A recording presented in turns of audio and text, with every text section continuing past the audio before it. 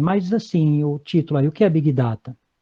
Hoje podemos definir o Big Data como sendo uma coleção de conjunto de dados grandes, né, conjunto de dados grandes e complexos, que não podem ser processados por bancos de dados ou aplicações de processamentos tradicionais, ou seja, ele não pode ser processado aí por um computador, por um laptop, né, ele precisa de um computador muito grande, um banco de dados muito grande para poder fazer esse processamento, né. Então a gente coloca até uma observação aqui embaixo, né, que o Google estima aí que a humanidade criou nos últimos 5 anos o equivalente a 300 exabytes de dados, ou seja, 300 quintilhões de bytes de dados, ou seja, é muita coisa, é muita informação. O Google, o Facebook, o Twitter, essas mídias de redes sociais estão produzindo os dados a todo momento, né, com a ajuda nossa, celular, televisão, com tudo isso. Só que assim, o Big Data ele já existe há algum tempo, né? Não, ele não é de hoje. Só que hoje em dia nós geramos muito mais dados em uma velocidade muito mais rápida, né? Então assim, a gente está mexendo no celular, a gente está no Instagram, a gente está no Twitter, a gente está no Facebook, a gente está gerando dados para as empresas, né? A gente está gerando dados para as empresas, compra na internet, tudo isso acaba gerando dado. Só para efeito aí de curiosidade também, hoje são gastos mais de 4 bilhões de horas por mês para assistir vídeo no YouTube. Ou seja, isso no global, né? Isso no mundo inteiro. Então é muita informação, é muita coisa. Imagine o quanto de dados está sendo gerado aí, né? Ou também 30 bilhões de imagens são publicadas por mês no Facebook. É muita imagem. Ou seja, eles têm um banco de dados aí de imagens muito grande, muito complexo, né? Para gerar essa demanda. Ou, pior ainda, 200 milhões de usuários ativos por mês publicam aproximadamente aí 400 milhões de tweets por dia. Né? Então, assim, é muita informação, é muita geração de informação, é muito conteúdo, né, que a gente acaba disponibilizando para as empresas. Né? Sociedade movida a dados.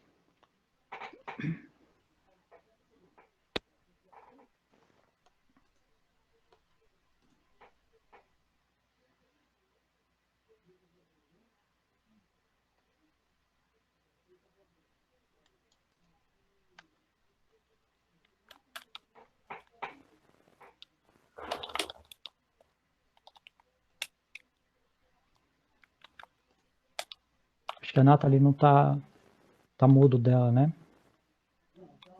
Fone, peraí. Isso. Bom, desculpa. Erro técnico, então. A partir dessa introdução que o Marcos falou sobre o que é o Big Data e como que é esse gerenciamento dessa grande quantidade de dados, a gente pode trazer isso para o nosso contexto atual. Nós vivemos hoje uma sociedade movida a dados. O que seria uma sociedade movida a dados?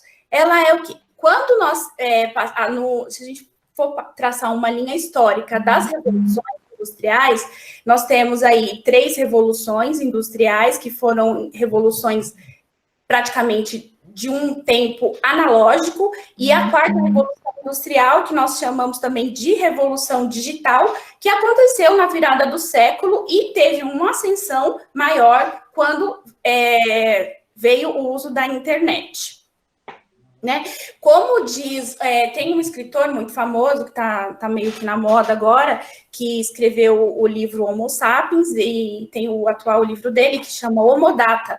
Ele fez uma definição muito interessante, que ele disse que nós tivemos uma evolução do Homo Sapiens para o Homo Faber, né, que é o homem que trabalha, que cria, que é aquele homem que está no chão de fábrica, para o Homo Data, que somos o que nós somos hoje, né? Nós somos o Homo Data, aquele que gera e consome dados o tempo inteiro.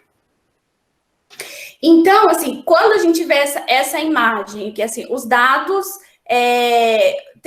todo mundo, eu acredito que já tem ouvido por aí, muitas pessoas falam assim, os dados são o novo petróleo. Por que a gente pode fazer essa analogia? Que é uma analogia que mais clara, que tem, que é, hoje, a gente pode pegar o exemplo mais recente, agora em abril, um barril de petróleo chegou a custar $7. Teve em estados dos Estados Unidos que ele chegou a custar $5. Então, assim, se você pega $5 no barril de petróleo, você paga $15,99 numa assinatura de Netflix, o que vai gerar mais valor para você? Os dados, porque o Netflix, ele está coletando dados o tempo inteiro e gerando valor, e fazendo valor, e vendendo, e fazendo dinheiro com seus dados. Então, assim, dentro dessa analogia, quando a gente fala os dados são um novo petróleo. Alguém quer falar?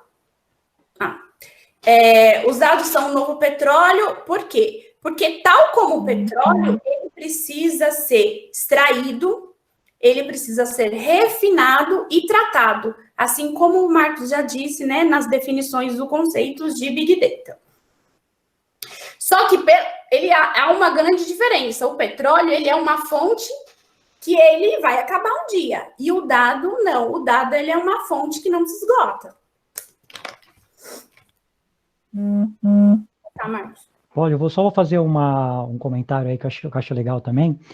Você falou assim que hoje os dados são o novo petróleo, né? Tem muitos especialistas dizendo que ele já não é mais o novo petróleo, ele já é muito mais valioso que o petróleo, igual você comentou aí, né, igual você comentou aí com o valor aí dessa informação. Que muitos países se enriqueceram com o petróleo, sim, isso é verdade, né?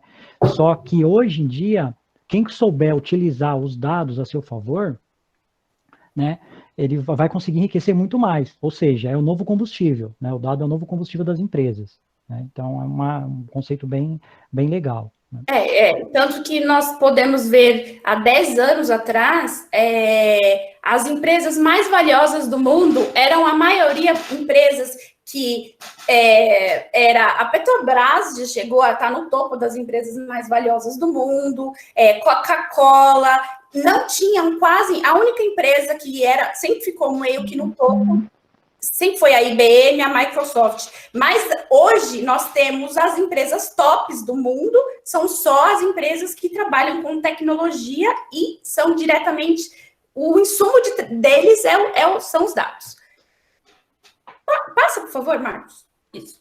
Então, para a gente poder entender todo esse mundo, o que é o Big Data, né? Como que eu vou utilizar o Big Data?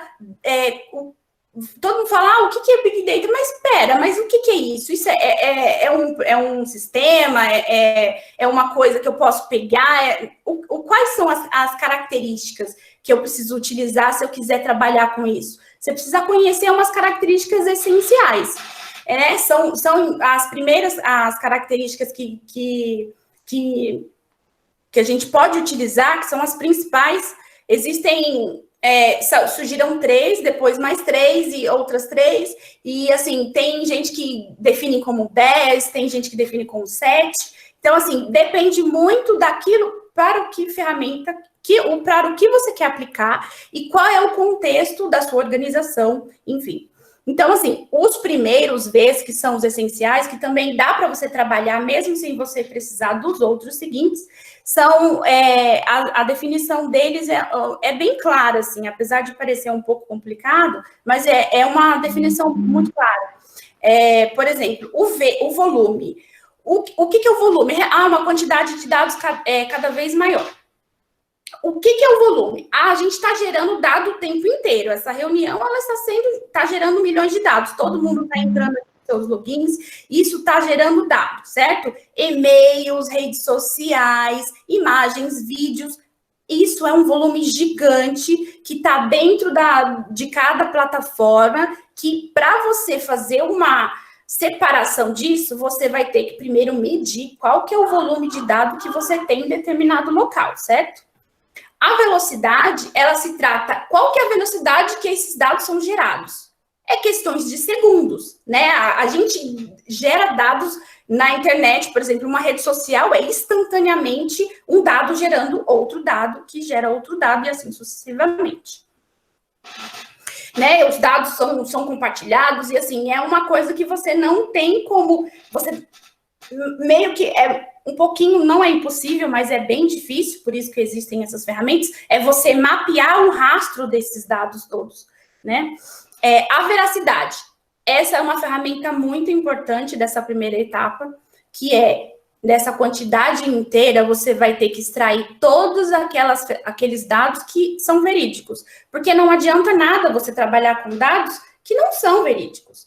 Então, você precisa de ter uma veracidade em cima desses dados, né? Então, assim, após um tempo, depois de 2005, passaram-se alguns anos, e aí um outro pesquisador adicionou outros 3 vezes. Esses 3 vezes, eles vieram para complementar aqueles outros. Por quê? Porque com o passar do tempo, a gente acha que, às vezes a gente pensa, vai demorar muito para existir tal coisa, mas, gente, a transformação da tecnologia, ela é tão rápida que a gente não sente ela passar. A gente não sente o tempo que ela está acontecendo. Enquanto a gente está pensando, ela está acontecendo. Então, assim, existiam ferramentas em 2005 que em 2013 elas se tornaram obsoletas. Então, elas precisavam ser analisadas e inseridas em um contexto atual.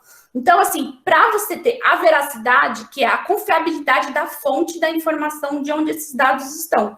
Então, na maioria das vezes, a veracidade, ela entra muito no exemplo do Waze. A gente pode colocar o Waze, por exemplo, que é uma plataforma onde os dados estão sendo gerados em tempo real. Por quê? Porque as pessoas que estão ali utilizando, está acontecendo um acidente em tal lugar. E ali as pessoas já estão vendo, já estão compartilhando, já estão verificando se é verdade mesmo, se aconteceu. Então, o dado gerado em tempo real, ele é um pouco mais difícil, porque a coleta dele tem que ser um pouco mais acurada, mas ele é um dado muito importante. A volatilidade, que é o referente ao tempo que o dado fica disponível. Eu tenho um dado que ele pode servir para minha organização hoje, mas amanhã simplesmente ele não tem mais utilidade para mim. Então, assim, eu tenho que verificar qual que é a relevância diante do contexto que eu tenho, daquela quantidade de dados, e olhar com um olhar bem apurado se eu vou precisar desse dado permanentemente ou se ele é um dado que talvez eu não precise fazer essa análise dele, porque ele não vai me servir para os meus próximos, os procedimentos futuros que eu vou precisar adotar.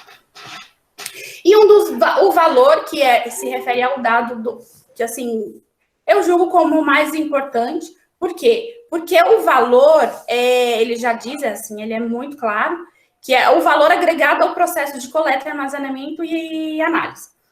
O dado, ele só vale se ele tem valor. Se você você trabalha em uma organização, se você trabalha com dados, se você trabalha com informação, o que você precisa ter? O que você vai transformar aquilo ali em quê? O que o Facebook, o Twitter, o Instagram, eles transformam os dados deles em quê? Em valor, porque são plataformas que não são pagas, a gente não paga para utilizar, por quê? Porque nós somos o produto que eles precisam.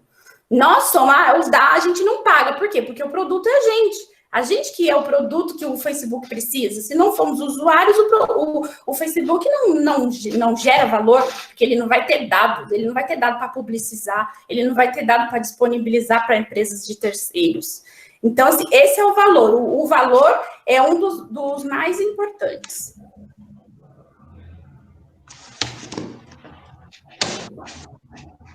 Marcos, liga o microfone. Agora eu vou falar um pouquinho aí sobre os outros 3 vezes, né? Já foram falados 6, vou falar mais 3. Esses 3 vezes que estão na tela surgiram em 2015, né? Que no caso aí é a vulnerabilidade, a validade e a visualização, ou visibilidade.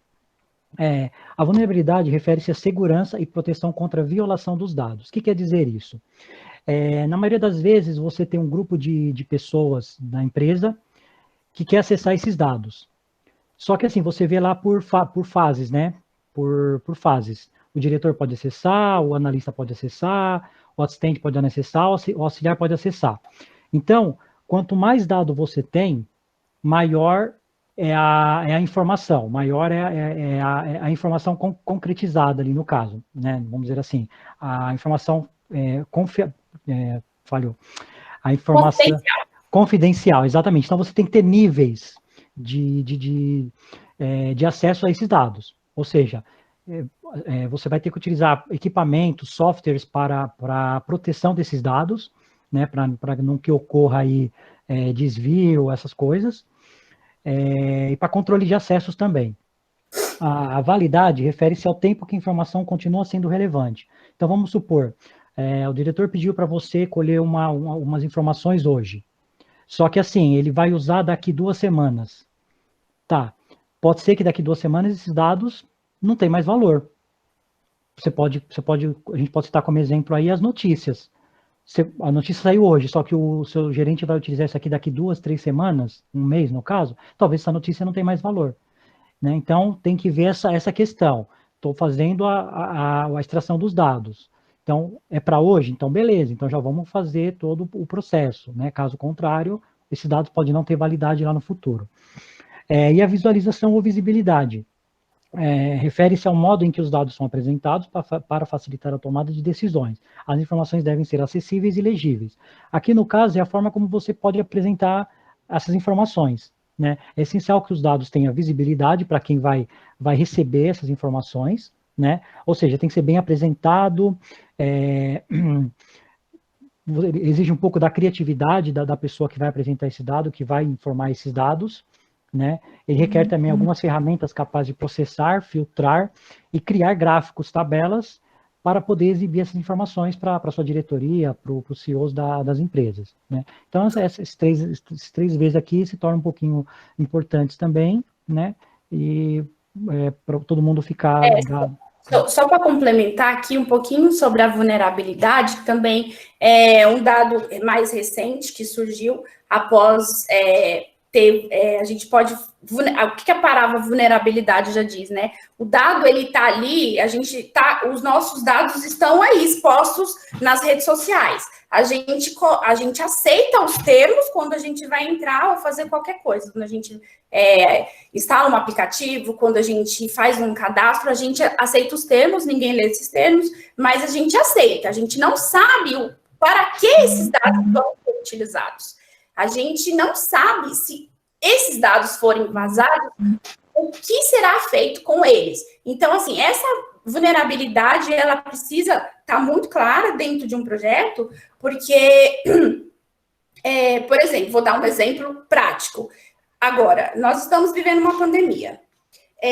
Todo mundo está em quarentena, alguns estados estão sendo um pouco mais rígidos, e São Paulo e Rio de Janeiro são os estados mais afetados.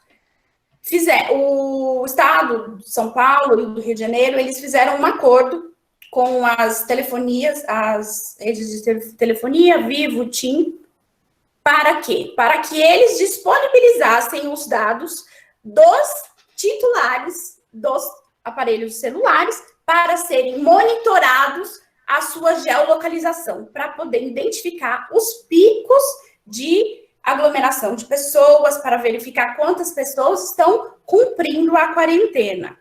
Aí eu digo, tá, qual que é a vulnerabilidade dos dados? Esses dados, eles precisam ser muito bem estudados, porque nós temos uma lei que não entrou em vigor, ela ia entrar em vigor em agosto desse ano, que se chama Lei Geral de Proteção de Dados, que ela foi postergada para agosto do ano que vem, ainda está sendo discutida se vai ser em janeiro, se vai ser em agosto, enfim.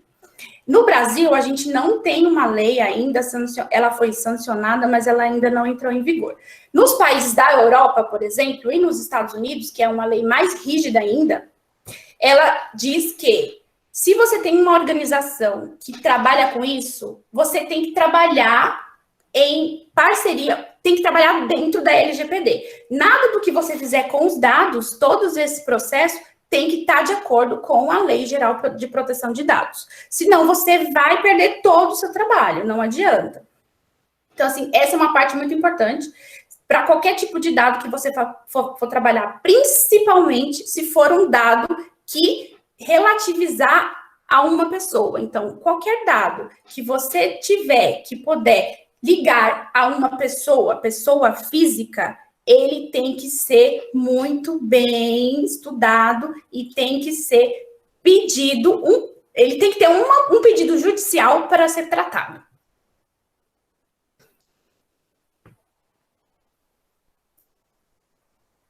Marcos? Bem colocado a lei, acho que é relevante, acho que todo mundo deve procurar, né, entender um pouquinho, vai ser obrigatório a utilização dela a partir do ano que vem, e ela cabe muito bem nesse V aí do Big Data.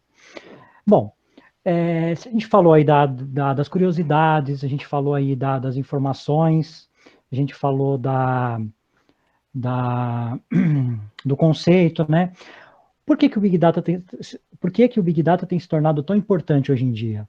Muitas empresas estão utilizando, algumas não, muitas pessoas estão falando, muitas pessoas estão estudando. O Big Data se tornou uma ferramenta essencial na era da informação, né? Então a gente sabe aí que as empresas, principalmente as maiores, estão investindo pesado na captação desses dados, né? Porque vai gerar valor para ela. Muitas tecnologias surgiram, né, que permitem processar essa grande quantidade de dados de forma eficiente e baixo custo. Então, eles começaram a perceber isso, né? Pô, a gente pode coletar esses dados aqui sem gastar muito e a gente vai ter um lucro legal, né? Além de dar suporte à coleta e ao gerenciamento de grande quantidade de dados, possibilita o cruzamento desses dados por meio de diversas fontes, ou seja, os dados vêm de diversas fontes, né? Então, a gente tem aí smartphone, redes sociais, notícias, vários lugares estão gerando esses dados, né? Só que assim, esses dados, eles têm o seu formato aí nativo, né, de onde eles são gerados, ele pode ser estruturado ou não estruturado, né? Ou ele pode ser o dado de streaming também, que é esses dados aí, vamos dizer um exemplo aqui do Netflix, é um dado de streaming, né? Então a gente está acessando e ele está gerando, né? Então são essas informações. E também nós temos aí a oportunidade de criar insights que possam ser usados para a tomada de decisão, né? Gerando assim vantagem competitiva, ou seja, as empresas podem utilizar esses dados para geração de vantagem competitiva, né? Então, eu vou pegar essas informações aqui porque eu vou sair na frente, né? Vou investir porque eu sei que ela vai me dar um retorno. Então, ela pode ser utilizada também como vantagem competitiva para muitas empresas. Isso. Para dar um... Desculpa, Marcos. Não, pode falar. Pode falar? Para dar um exemplo desse contexto que a gente está vivendo agora, por exemplo, a possibilidade de cruzar esses dados por meio de diversas fontes. A gente está vivendo um momento em que está rolando informação, bombardeando informação o tempo inteiro. Então, se a gente for colocar no contexto agora do coronavírus, a gente tem diversas empresas, principalmente no ramo da saúde, trabalhando em cima de fontes com dados, né, dados confiáveis, para descobrir uma cura. Qual que é o propósito agora? Todo mundo está procurando a cura, está procurando a vacina. Então, como que a gente faz isso? Como que eles estão fazendo? Eles estão cruzando dados médicos, as bases de dados médicas do mundo inteiro estão sendo assim, estão fazendo um cruzamento para descobrirem estudos que já tiveram sido feitos sobre diversos tipos de doenças, para poder eles conseguirem chegar a um resultado coerente sobre a doença, né? Então, quando a gente fala cruzar dados, é pegar dados diferentes também. Eu pego dados de uma base de dados, eu pego dados de uma rede social, eu pego dados de uma planilha Excel, de diversos tipos de maneiras, eu vou cruzar isso e vou ver o que ele vai me trazer. Qual que é o panorama que ele vai me dar? E dentro desse resultado todo, eu consigo falar, poxa, olha, eu tenho um resultado aqui que parece que é bom, então eu vou sair na frente em cima disso. Você acha qual o país que descobrir a cura pelo coronavírus, o que ele vai ter? Ele vai sair na frente. Por quê? Porque ele teve aquele dado que é o dado que todo mundo quer. É o dado que vai me dar a cura da doença. E aí, só para complementar aí também, e tem aquelas empresas que não estão nem aí para os seus dados, né? Vamos supor, tem empresas aí que tem servidores enormes, servidores aí estão gerando logs, esses logs são importantes para a empresa, né? Então, tem empresas que não sabem que tem dados importantes que podem ajudar aí numa vantagem competitiva, pode ajudar nos seus processos, né? E são dados que precisam ser analisados, né? E outras nem sabem que seus dados estão disponíveis. Então, assim, tem muita informação. Os funcionários estão gerando dados diariamente, e muitas empresas não estão nem aí para isso, né? E esses dados são preciosos, né? Muitas empresas estão descartando esses dados também sem saber, né? São dados valiosos, né? Então, o Big Data ele é importante, né? Ele é importante, tem que tomar cuidado também. Né? Bom, e agora a gente vai entrar um pouquinho no Brasil, né? Como que está o Big Data aí no Brasil? Né? Um panorama aí do nosso país. A gente sabe que lá fora está bem, mas como que está aqui no Brasil? Isso aqui é uma pesquisa, aí, um inventário que foi feito em 2019, eu ainda considero ele como recente, porque saiu agora o de 2020, só que ele não foi divulgado na íntegra, então a gente não tem dados mais concretos para passar. Então eu vou passar esse aqui de 2019, depois a gente, assim que liberar o de 2020, a gente passa o link para vocês. Mas é mais ou menos isso, né? Que os investimentos em Big Data e Analytics devem avançar em 2019, foi o ano passado, 4,2 bilhões de dólares, né? Ou 16 bilhões de reais. Então, assim, é muita grana, é muito dinheiro, né? Para as empresas que souberem utilizar essas informações. Esses dados estão na prévia, né, do estudo do Mercado Brasileiro de Software e Serviço da ABS, né, Associação Brasileira de Empresas de Software. Depois vocês podem até entrar nessas entidades aí e fazer uma pesquisa. O outro levantamento também é do mercado de cloud pública no Brasil, né, chegou a 2,3 bilhões de dólares ou 10 bilhões de reais em 2019, o ano passado. Essa informação, ela é do ano passado. E aí tem uma curiosidade aqui que é legal. O ecossistema do IoT, ou seja, a internet das coisas, né, que são os objetos que nós utilizamos aí, rádio que está gerando dado, televisão que está gerando dado, micro-ondas que daqui no futuro vai estar gerando dados, é tudo dentro desse IoT. Não vou lembrar a definição para vocês, mas depois a gente coloca aqui no chat também.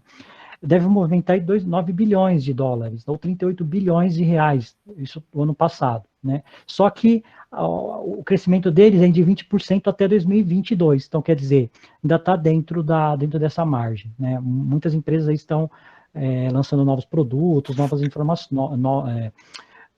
informações também. Só que, pesquisando aí um pouco, hoje 4% das empresas brasileiras usam Big Data nos seus negócios, né? Só 4%, ou seja, a gente está muito atrás ainda, né? 4% é pouco, né? Eu vou citar aqui uma empresa que eu achei até interessante o case deles, que é o Pão de Açúcar, o Grupo Pão de Açúcar, né? Eles têm um sistema aí de relacionamento com o cliente que é voltado para fidelização. Eu acho que quem está assistindo aqui já deve ter utilizado esse serviço deles, esse aplicativo deles, que é o Clube Extra, né? É um aplicativo bem legal, onde eles colocam todos os produtos dele, você consegue acessar os produtos, fazer compra, pesquisar. E só que o objetivo dele também é promover uma aproximação com os clientes e com os fornecedores, né? Ou seja, de forma simples, você vai lá, cadastra o seu programa, né? Você vai lá, cadastra no programa da rede para acumular pontos e meios de compra. Nisso ele está gerando dados, então ele está gerando, você vai colocar as informações lá, você vai montar uma lista dos seus gostos e ele vai, baseado nessas informações, ele vai disponibilizar produtos para você, dicas de produtos para você. Então, quando você entrar lá, vai falar, putz, isso aqui que eu gosto, né? Então, são empresas assim que estão disponibilizando, já estão dentro do Big Data, empresa brasileira. Tem outra empresa brasileira também, que é o Ministério da Justiça, que eles têm um case legal, estão utilizando o Big Data para... Eles têm mais ou menos aí mais de 1 bilhão de registro, né, no banco de dados deles. E eles estão utilizando essas informações para identificar ações ilícitas, né, para lavagem de dinheiro. Então, eles já estão pegando esse Big Data, essas informações, para poder fazer esse levantamento, né? 1 bilhão de registros é muita coisa, é muita informação, né? A ideia é que o Big Data é informações de grande volume, né? Então ele se enquadra aqui.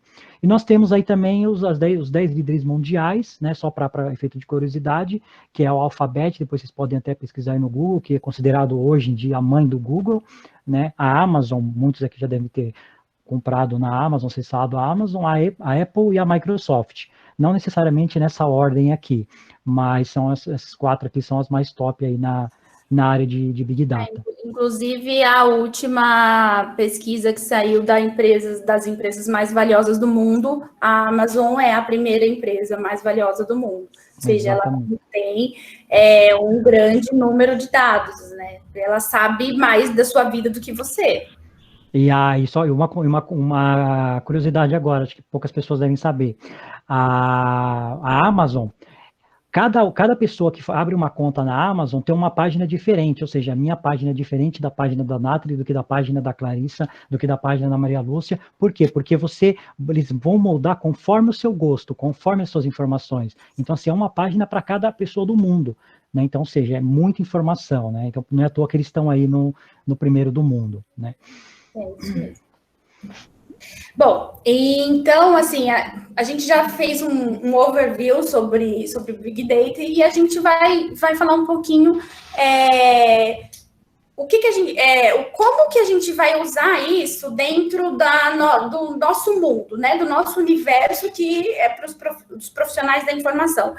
A gente vai falar um pouquinho, né, para como nós somos profissionais da informação, aqui o nosso grupo é composto por profissionais da informação, então a gente vai falar um pouquinho para esse lado, mas não quer dizer que não sirva para outros profissionais, outras classes que estejam nos assistindo, tá? Então, assim, a gente tem uma coisa que é muito valiosa, que é o dado, né? Então, tá, como que a gente vai fazer? Eu vou fazer uma pergunta agora. Temos habilidades e competências para atuar em empresas que trabalham com Big Data? Por favor, respondam aí nos comentários, no chat, o que vocês acham. Se vocês acham que sim ou que não. Eu não vou responder essa pergunta agora, vocês vão continuar acompanhando a gente aqui até o final, e aí no final a gente vai bater o martelo para ver se vocês acham que sim ou que não, e se vocês estavam certos nas suas respostas. Pode passar, por favor, Marcos. Desculpa. Então, o que a gente tem hoje no nosso cenário? Tecnologias da informação.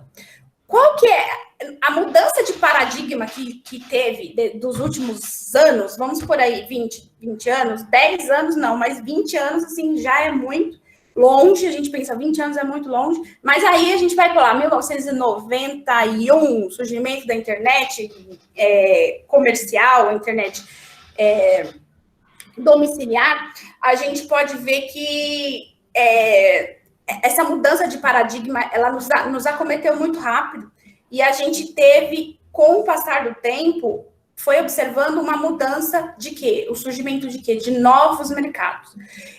O que seriam esses novos mercados? O que você tem hoje que você não tinha há 5 anos, por exemplo, vamos por 5 anos, porque a mudança é tão rápida que há 5 anos a gente fazia uma determinada, vamos por assim, por exemplo, uma compra. A gente fazia uma compra há 5 anos de uma determinada forma, e hoje a gente já faz de uma forma muito mais moderna, mais tecnológica. Por exemplo, agora, todas as pessoas estão utilizando mais compras online, mais delivery. Por quê? Porque a gente está um pouco, né, nós estamos impedidos de fazer certos tipos de compras. Então, nós temos aí novos mercados. Com isso surgiram o quê? Temos aí a Amazon, já é macaca velha, né? Mas temos outros tipos aí, em todos os segmentos, se a gente for pensar em todos os segmentos de negócios, surgiram novos mercados. E com o surgimento desses novos mercados, a gente tem novos serviços. A demanda é o que faz aparecer os novos serviços. Então, quais são esses novos serviços? Você utiliza, a gente pode pôr exemplos no transporte, na alimentação, nos relacionamentos pessoais nos meios de trabalho, né, nas formas como a maioria das pessoas estão trabalhando em casa. Qual que é essa mudança, gente? Essa mudança foi uma mudança muito drástica. O Brasil, ele era um dos países que ainda não era a maioria das empresas que adotavam trabalho remoto, eram a maioria empresas que eram de fora, ou multinacionais, ou empresas muito grandes. Empresas pequenas, geralmente, elas não adotavam muito trabalho remoto. E isso foi uma realidade, assim, que veio assim, ó, pá, se virem, vocês vão ter que trabalhar remoto. E a gente está se adaptando, né? Todo mundo tá, as empresas estão ali fazendo isso e aquilo, procurando achar um denominador comum. E o que isso vai acontecer daqui para frente? Isso vai se tornar uma atividade corriqueira, muitas empresas, igual eu li uma notícia ontem, a XP, que é uma empresa de investimentos, e no Twitter já adotaram que vão continuar trabalhando remoto até dezembro, terminando a quarentena ou não, ou então tem muitas delas que vão adotar trabalho remoto para sempre, ou seja, serão empresas que não vão mais ter escritórios. Então, assim, vai afetando uma cadeia muito grande, assim, uma cadeia de, tipo, eu tenho um prédio, eu vou ter um funcionário lá, eu vou ter... Então, assim, para a empresa, gera mais valor. Os novos comportamentos são... Hoje, você pega por exemplo... Você pede uma comida na sua casa e aí você vai na casa de um amigo você chama o Uber e você vai viajar, você aluga uma casa ou um apartamento no Airbnb. E isso tudo gera, você não está consumindo o produto em si, você não está consumindo aquela comida, você não está consumindo simplesmente uma viagem, você está vivenciando uma experiência. Porque o que essas novas tecnologias, essas novas empresas, elas querem hoje? Elas querem proporcionar uma experiência. Porque não é simplesmente eu ir lá comprar um pão, comer o pão e acabou. Eu quero lembrar daquele pão, eu quero falar que aquele pão é o melhor pão do mundo, sabe? Eu quero dizer, nossa, eu quero ir numa livraria, não é para comprar um livro.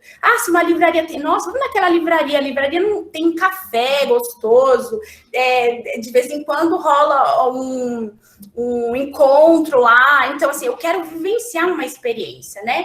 Então, são essas coisas que vêm agregando mais valor para as empresas.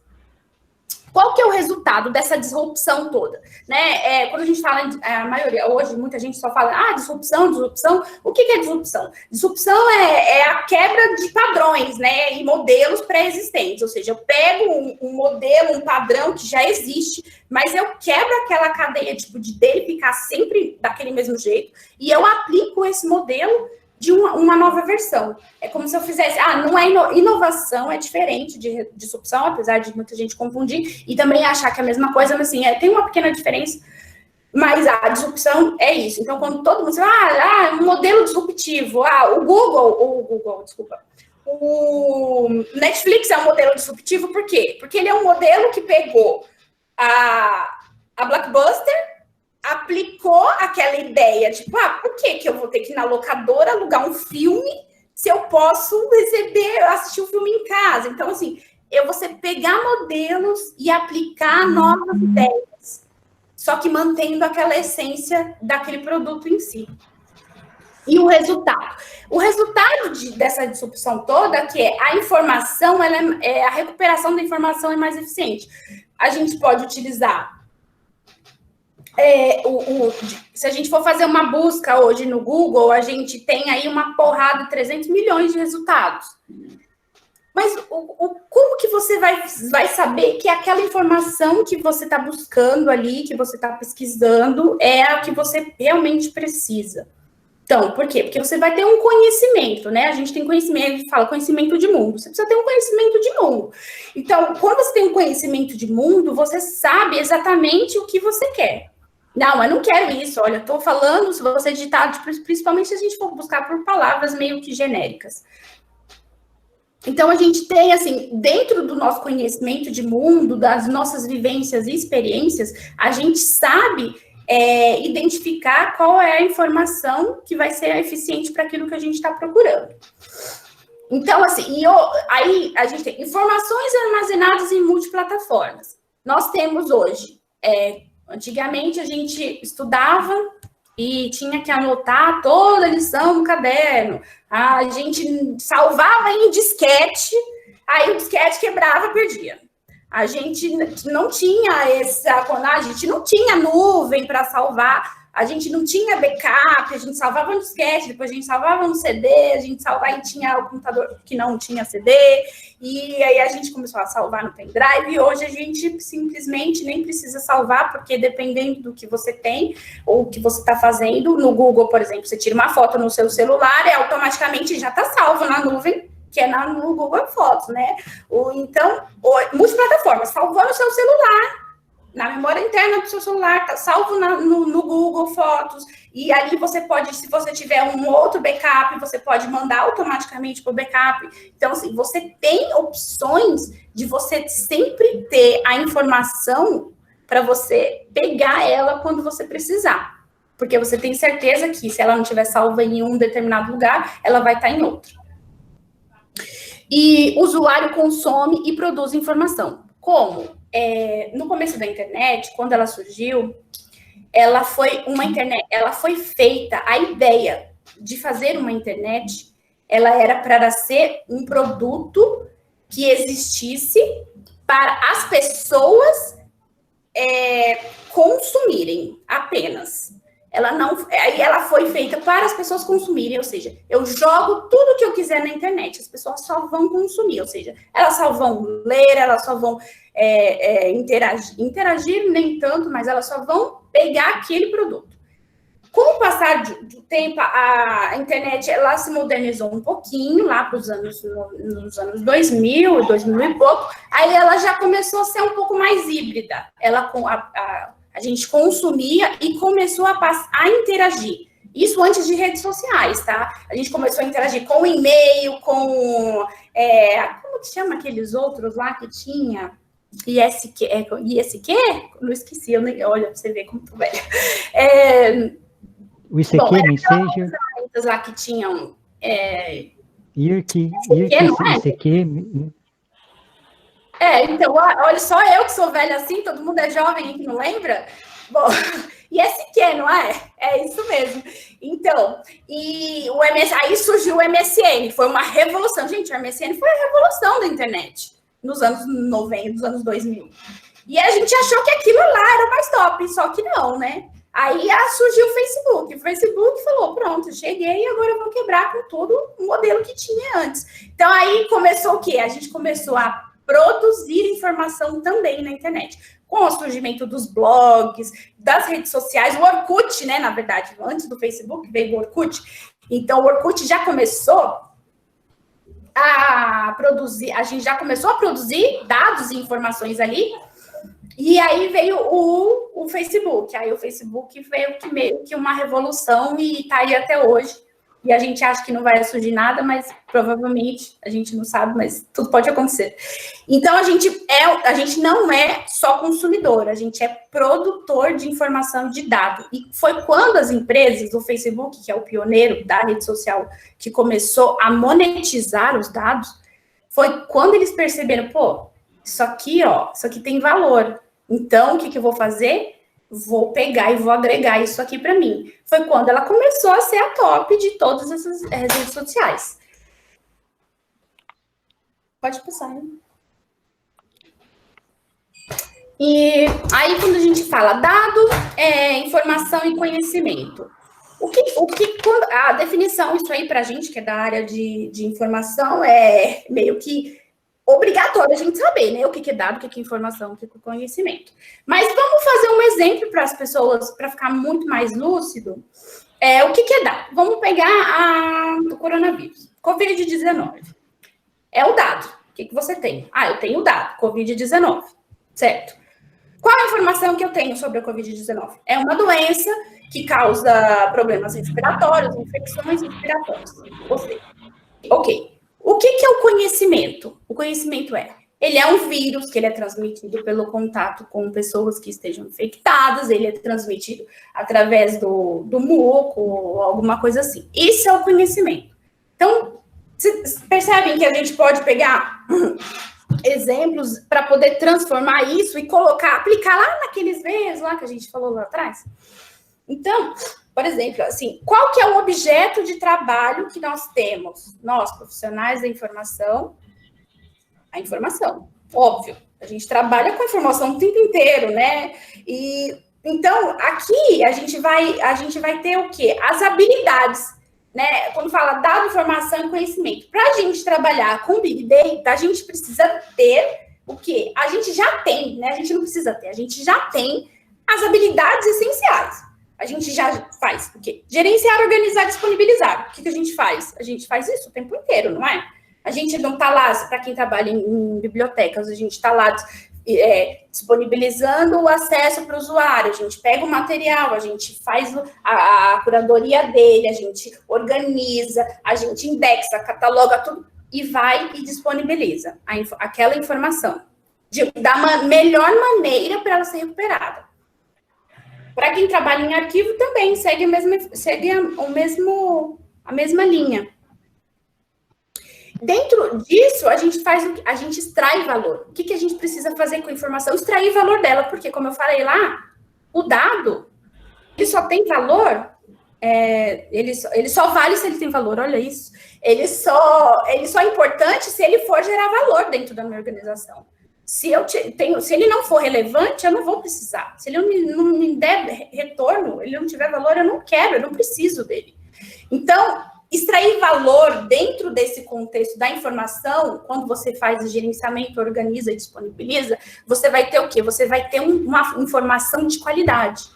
Você vai ter uma informação de qualidade, por quê? Porque quando você pega um livro e você vai fazer a catalogação dele, e você faz minuciosamente, de acordo com aquilo que você acha que o seu usuário, que você entende, né? Nem que você acha, que você entende que o seu usuário pode recuperar da melhor maneira possível, você está disponibilizando uma informação de qualidade. Autenticidade. É você utilizando aqueles Vs lá. A gente vai ter a autenticidade aqui. A gente pode utilizar ou o V da veracidade, ou seja, eu estou colocando, vamos pôr também outro exemplo, fake news. A gente está indexando uma base de dados, por exemplo. Existem milhões de coisas aí que a gente não sabe. Tem muita gente que sai aí compartilhando fake news, tem muita gente que lê e as fake news estão cada vez mais sofisticadas, que eu digo, que a gente pode dizer, né? Porque eles pegam ali meio que uma maquiagem de base de dados de artigos científicos e colocam fake news lá. Qual que é a autenticidade dessa informação? Isso a gente tem que ter muito cuidado.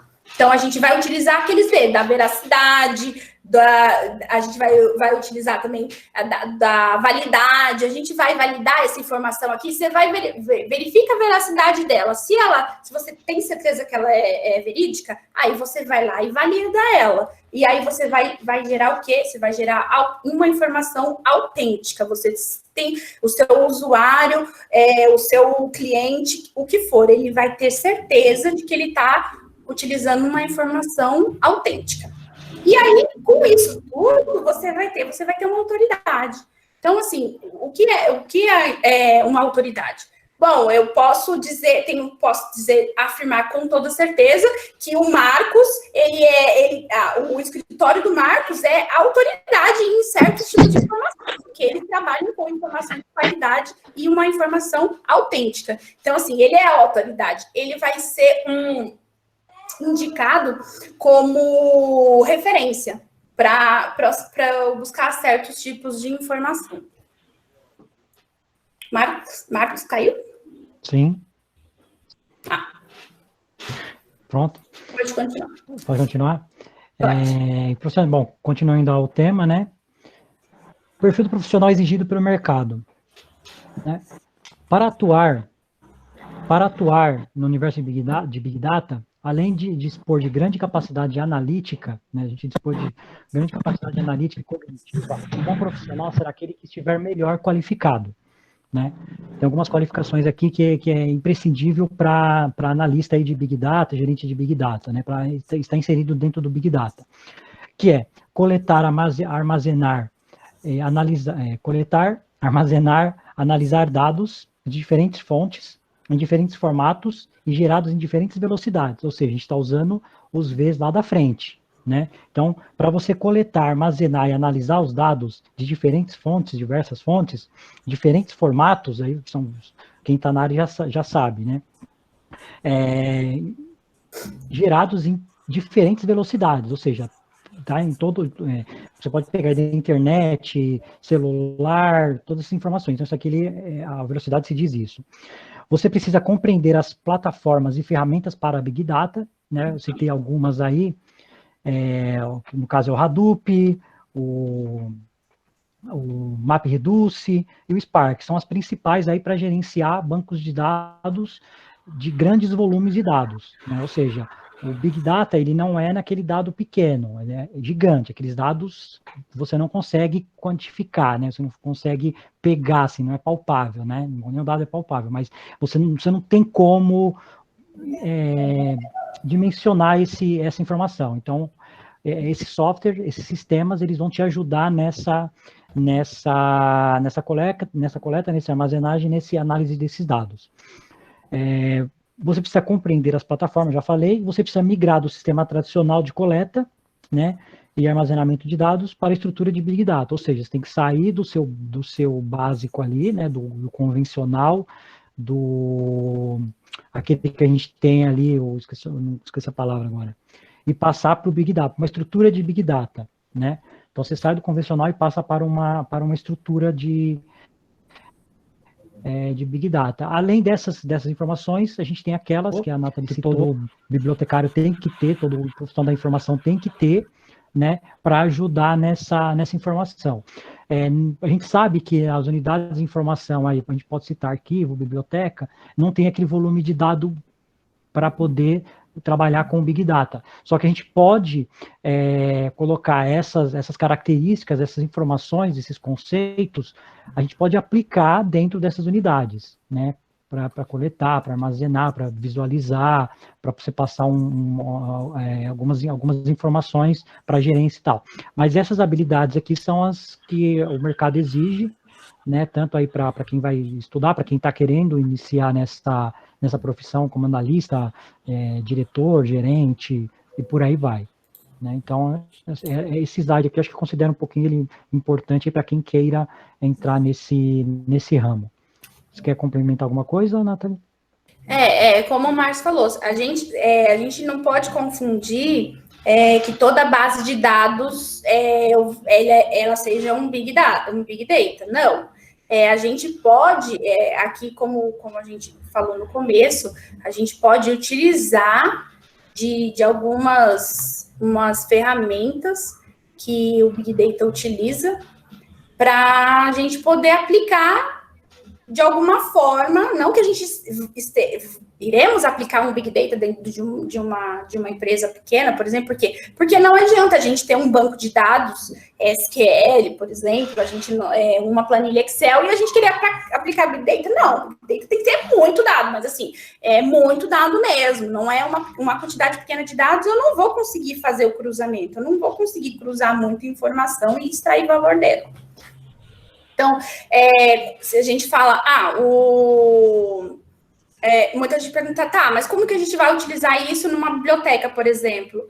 Bom, você pode explicar muito bem assim, a gente já faz isso, o estudo de usuário, qual que é um dos Vs que você pode aplicar dentro de um estudo de usuário? Você vai pesquisar ali qual que é o gosto, qual que é a pesquisa frequente que esse usuário faz, quais são os livros que ele retira frequentemente, qual que é o perfil dele. Então, assim, é o que a Amazon faz. Você vai lá, pesquisa um livro, depois você vai lá e pesquisa outro, depois você faz uma outra coisa, e aí, quando você entra lá, ele já está lá. Você saiu, você fechou a janela do Amazon, quando você entra no seu e-mail, ele já está lá te recomendando coisas parecidas, se não aquilo que você acabou de pesquisar. E aí, todos os dias, ele vai te mandar um e-mail dizendo, olha, tem promoção daquele livro lá que você não quis comprar, 2 meses. Ele está em promoção hoje. Mas isso não é Big Data. A gente não pode confundir base de dados com Big Data, tá, gente? Então, é um pouco complexo entender o que é o Big Data dentro desse contexto, porque eu digo assim, eu demorei um pouquinho para entender, porque quando eu ouvia falar, o que é Big Data? Você pensa, é um negócio palpável? Assim, é um sistema? É um software? Não. Ele é uma coisa, fala aí, Marcos, fugiu a palavra. Ele é um grande volume de dados complexos. Ou seja, você tem um grande volume de dados complexos, aí aquilo ali é um Big Data. Você vai falar, o que é isso? Estruturado ou não, você vai ter. O que eu vou fazer com ele? Eu tenho esse Big Data. Então, aí você vai utilizar softwares para poder trabalhar com ele. Aí você vai entrar com algoritmos, com inteligência artificial, com programas específicos que vão separar dados, que vão analisar bancos de dados e isso. Então, a gente precisa pensar um pouquinho dessa forma. É um pouco complicado, mas assim, se vocês quiserem, depois pode mandar, lembra a gente depois, eu posso indicar alguns livros e alguns textos que falam sobre, assim, que não são tão complicados, mas que vão dar um pouquinho de noção e uma clareza maior sobre as dúvidas que vocês tiverem. Exatamente. Vamos lá. E agora a gente vai falar um pouquinho, mas aí, beleza. Gente, gostei disso aí, quero trabalhar com isso aí. E aí, como que eu faço? Explica aí, Marcos. Bom, profissionais cada vez mais especialistas em gerenciamento de dados, né? O que eu falei lá atrás. Você tem que ser especialista, tem que ter uma equipe interdisciplinar dentro do local que você vai trabalhar, né? Você tem que se especializar nessa área. Não adianta entrar no Big Data sem se especializar, que você não vai conseguir desempenhar as funções e o pessoal não vai nem te contratar, né? Então, você tem que ter uma educação continuada, ou seja, ali, sempre fazendo cursos, especializações para poder se especializar nessa área. Especializações, né, podemos dizer aí pós-graduação, um pouco mais de tempo, aí 1 ano, 1 ano e meio, e pós-graduações, aí você pode colocar especialização 6 meses, pós-graduação 1 ano, 1 ano e meio, mais ou menos. Então, assim, gente, é se especializar, tem que especializar muito, correr atrás, cursos, inglês, na parte da informática também, que você vai mexer muito na parte da computação. Então, você tem que se especializar bem para entrar nessa área. Assim, a gente não precisa ser nenhum expert em informática e em ciência da computação, porque se a gente for pensar no nosso lado aqui, de tudo isso que a gente falou, a gente seria a parte humanizada do Big Data, porque a parte da ferramenta mais automática serão softwares que vão fazer, e isso, quem tem a expertise para trabalhar com isso, são profissionais da TI. Então, assim, a gente trabalharia em conjunto, porque tem que ser profissional multidisciplinar, trabalhar com uma equipe multidisciplinar. Então, dentro de uma organização que utiliza o Big Data para você trabalhar, você vai precisar ter um pouquinho de noção, não que você precise ser um expert de tecnologia, mas você precisa ter um pouquinho de noção inglês, né, e um pouquinho de noção de algumas ferramentas de informática, que é o básico, e para você poder conseguir acompanhar as outras equipes.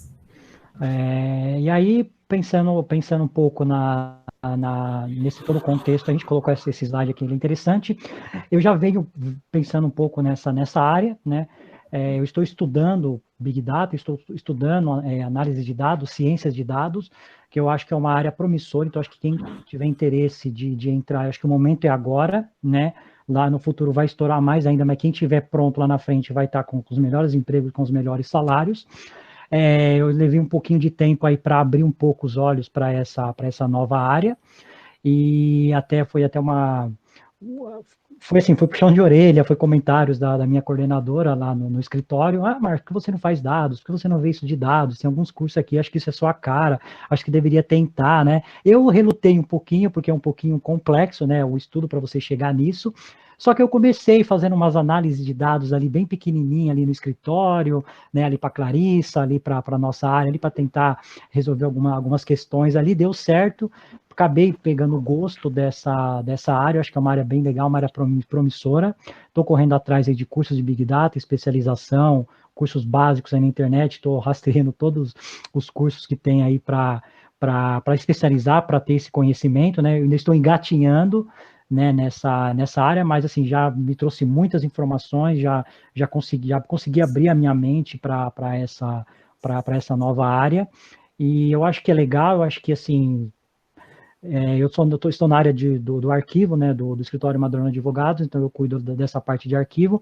Eu acho que o Big Data na parte jurídica ali, a gente pode usar, sim, algumas ferramentas, algumas características dela, né, e acho que análise de dados, a gente não comentou aqui, mas acho que análise de dados, essas questões, a gente consegue trazer para dentro dentro do escritório, dentro dos processos, né, dentro da nossa unidade ali de informação. Então, acho que é isso, é uma área legal, uma área promissora, é uma área que vai crescer muito daqui para frente, quem puder começar agora já está atrasado, né, mas vai em frente que consegue se dedicar, fazer aí uma estatística, um inglês, algumas ferramentas de computação, procurar quais são as melhores aí, quais são as que trabalham com essa informação, tentar se especializar ou pelo menos conhecer, algumas linguagens de programação aí, Python, linguagem R, que é uma das linguagens mais fáceis de aprender, também só você consegue pesquisar na internet, fazer de graça. Eu acho que é isso, eu acho que é uma área legal, eu acho que quem tiver interesse, partir para frente, que vai dar certo. Eu estou correndo atrás, estou tentando aí ver se eu consigo um lugarzinho no mercado. Isso aí. Para quem tem interesse mais para passar para essa parte da informática, do Big Data, para a parte mais tecnológica mesmo, de como aplicar a ferramenta e não de como utilizar, é essencial mesmo saber um pouco o mínimo de programação e estatística em inglês. Tipo, gente, isso aí não tem como fugir. A minha especialização, ela é voltada para comunicação, então eu vou utilizar essas ferramentas em quê? Em marketing, em banco de dados que eu tenho informações. Então, assim, eu só vou jogar meus dados lá e verificar o que eu preciso. Então, assim, eu não vou mexer com programação, não, porque isso aí eu tô fugindo, mas não teve como fugir, eu tive que aprender um pouquinho, introdução à linguagem R e Python, assim, o básico, né? Básico do básico, só para saber o que é, como funciona. Né? Então, respondendo aquela pergunta que eu fiz lá no começo, nós somos aí, temos habilidades e competências para trabalhar com Big Data, empresas que trabalham com Big Data? Sim, nós podemos fazer isso, somos os profissionais essenciais do conhecimento.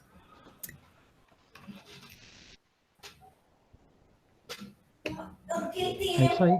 Clarissa?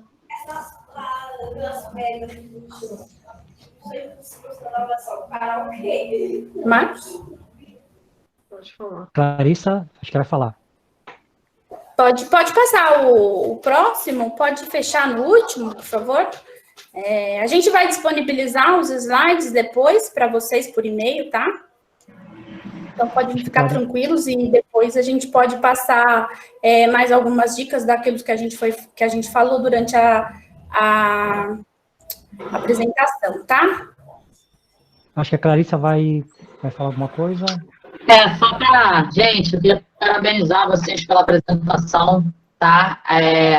Acho que deu para passar aí um overview bem interessante sobre Big Data, deu para incomodar a galera. As discussões aqui no chat foram bem legais, tá? Isso vai estar tudo gravado, a gente vai disponibilizar para vocês. A gente ainda está estudando aonde, mas a gente teve até sugestão aqui no chat de como disponibilizar e tudo isso para vocês. Espero que vocês tenham gostado do tema, se interessado, e é uma área promissora aí para a gente, tá? O GIDJ, em nome do GIDJ São Paulo, eu agradeço todo mundo que esteve aí com a gente esse tempinho, reservou aí para a gente, e é isso, tá? Sigam aí nossas redes sociais. Muito obrigada. Aqui estão os nossos contatos. Pode falar, Marcos.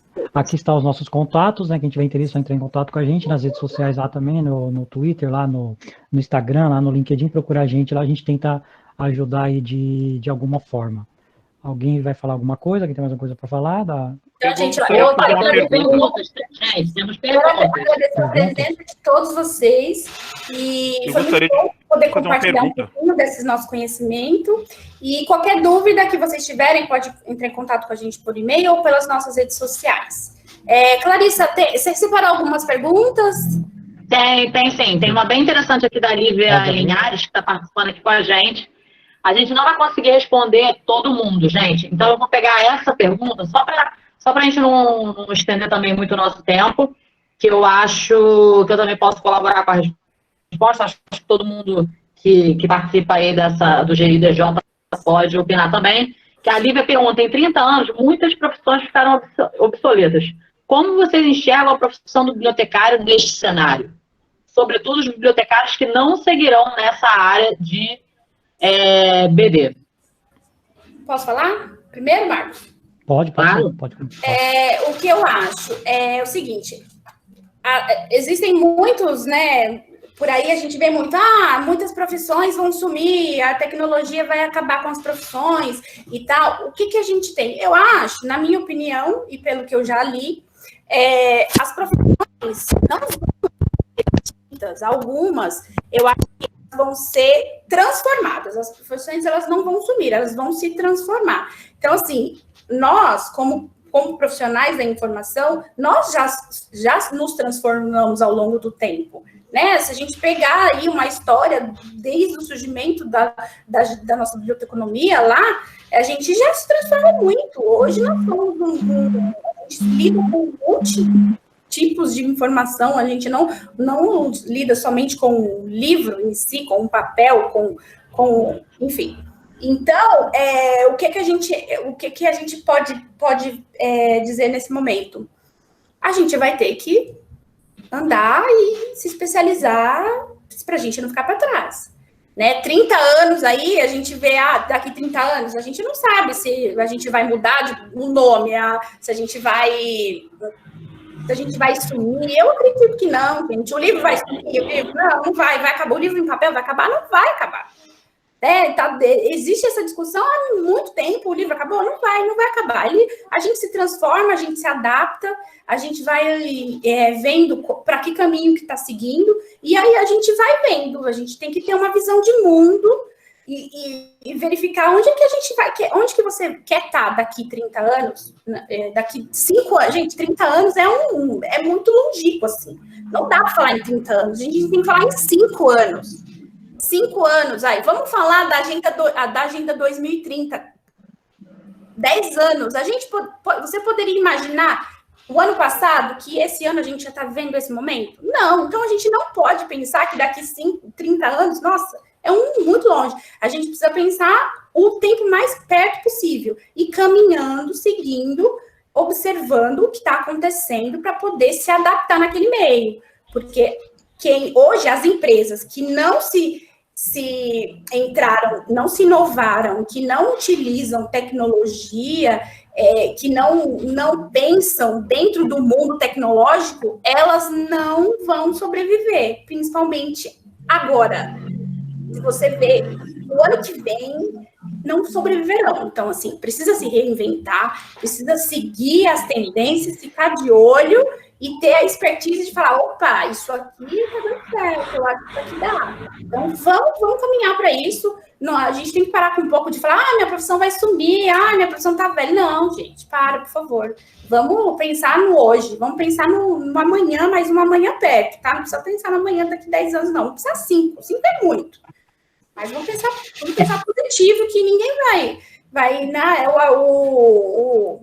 O Chaplin estava lá apertando porca lá, e hoje em dia, o que precisa? Não tem mais, tem uma máquina que faz. Mas para conduzir essa máquina, apertar aquilo ali que precisava de uma mão de obra humana, precisa de alguém para fazer aquela máquina funcionar, para poder olhar se aquela máquina está funcionando. Então, assim, a gente precisa se adaptar. E a gente é um ser humano, o ser humano é um ser adaptável. Então, vamos caminhando. Marcos, quer complementar? Só vou complementar. Concordo com o que você colocou, compartilho também com as suas opiniões aí. O que eu estou fazendo, né? Eu trabalho como arquivo, atuo na área de arquivo há mais de 10 anos, né? Só que lá atrás eu não sabia que esse momento hoje de dados seria uma área tão promissora, né? Eu acho que o arquivo não vai acabar, acho que a biblioteca não vai acabar, acho que vai tudo se transformar, né? Então, acho que é a hora da gente tentar andar junto com essa transformação, com essa tecnologia, né? Eu acho que emprego vai ter para quem tiver qualificado, para quem tiver dentro dessa área, né? E é isso, é se reinventar, correr atrás, tentar adaptar as coisas. Eu acho que as coisas vão mudar muito daqui para frente. Acho que a gente pode colocar essas coisas dentro das nossas áreas, aplicar essas informações dentro dessas áreas, essas características, e eu acho que é isso, né? Correr atrás e se inventar aí, se atualizar o máximo possível das tecnologias e bola para frente. Gente, eu acho que a gente tem o Sidney. Sidney, você quer fazer uma pergunta? Sidney? Você ainda está aí? Ele mandou aí no áudio aí falando que queria fazer uma pergunta. Sidney? Sidney? Duliuma? Sidney? Acho que ele saiu. Bem, ele saiu. Saiu. Tudo bem, gente. Só para finalizar, complementando o que vocês falaram, para a gente finalizar aqui a reunião, eu acho que a gente lida com pessoas. É o principal, além da informação, a gente lida com pessoas e as pessoas vão existir, acredito eu, aí por um bom tempo. Então, se a gente soubesse adaptar, usar as tecnologias a nosso favor e pensar sempre no usuário, focando nas pessoas, a gente vai conseguir tudo que a gente quiser em qualquer área, não só na área de bíblia ou arquivo. Gente, a gente vai disponibilizar essa gravação para vocês, e muito obrigada mais uma vez, e muito obrigada para vocês, gente, vocês foram lindos, tá? Obrigada, gente, tchau. Obrigada, gente. Tchauzinho, gente.